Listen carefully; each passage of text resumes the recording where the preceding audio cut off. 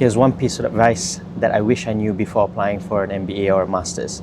The first question you need to answer is why. Why do you want to apply for a master's? Why do you want to do an MBA? And this question is quite tricky to answer if you haven't discovered it. And the way that I would approach this is two things. The first thing I would do is do a life audit. And this life audit is to see what you do on a day-to-day basis, on a weekly basis, or a monthly basis, and understand what you like and what you don't like. For example, in my previous job, I really enjoyed the work that I did with product management and strategy. So that started me to go deeper into my why. And when I dug deeper, I understood that the problem that I really am passionate about was financial inclusion.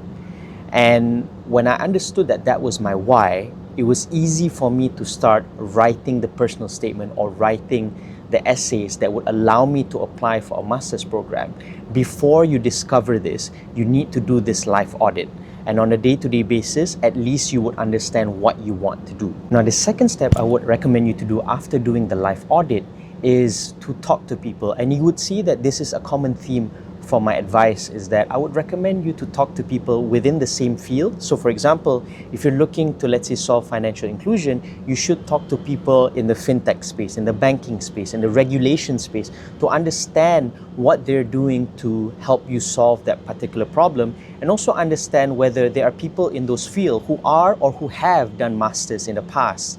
What they would help you do is to then craft, okay, how would this masters help me in achieving that goal of, let's say, financial inclusion?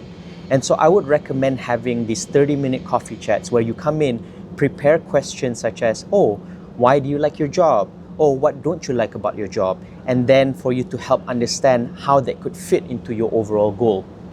And so I would recommend, before even thinking about applying to a master's, think about your why, because it would really help you when you are drafting your essays.